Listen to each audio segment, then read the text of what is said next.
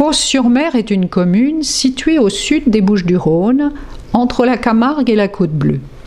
Fos a été, jusque dans les années 60, un petit village vivant de la pêche, de l'agriculture, et sa seule industrie était à cette époque fondée sur le sel. Une immense étendue désolée le long d'un golfe en eau profonde, entre l'étang de Berre et le Rhône, c'était presque la Camargue. Ce site a été choisi pour faire contrepoids sur la Méditerranée au gigantesque complexe industriel du Nord et de l'Est. Le pétrole, la pétrochimie, la sidérurgie en cours d'implantation sont en train de bouleverser le paysage.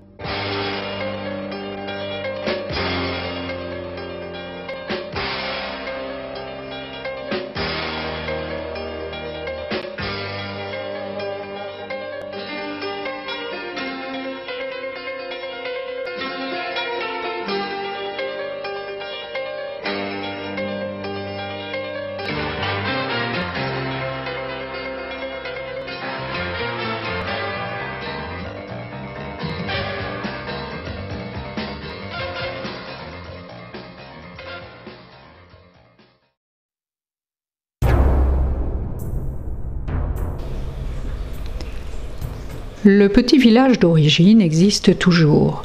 C'est Fos Village, qui se tient sur un promontoire qui domine la ville.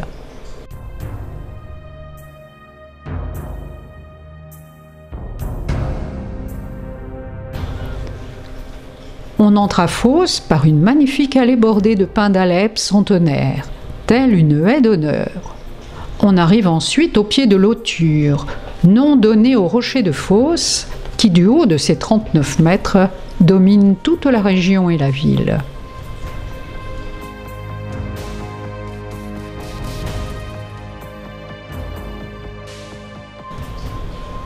Sur ce rocher se trouve le château, le castrum de Fossis, mentionné dès 923.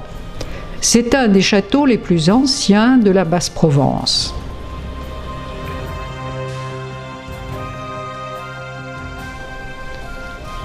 La ville de Fos a le triste privilège de posséder sur son territoire un énorme complexe industrielo-portuaire qui s'étend jusqu'à Port-Saint-Louis-du-Rhône.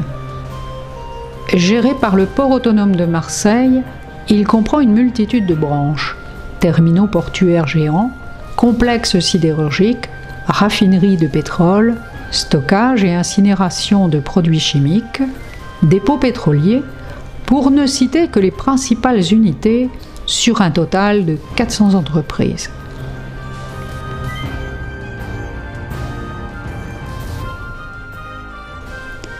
Cette concentration industrielle n'est pas sans poser de problèmes aux habitants et à l'environnement.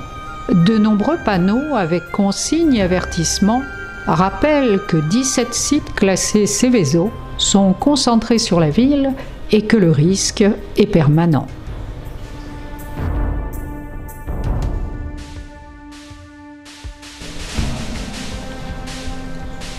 Il faut souhaiter que le bassin de Fos-sur-Mer ne connaisse jamais une catastrophe industrielle similaire à celle de Feyzin en 1966 ou de Toulouse en 2001, et que l'homme, dans sa course à la recherche de nouvelles énergies, ne rajoutera pas des industries encore plus polluantes à celles qui existent déjà.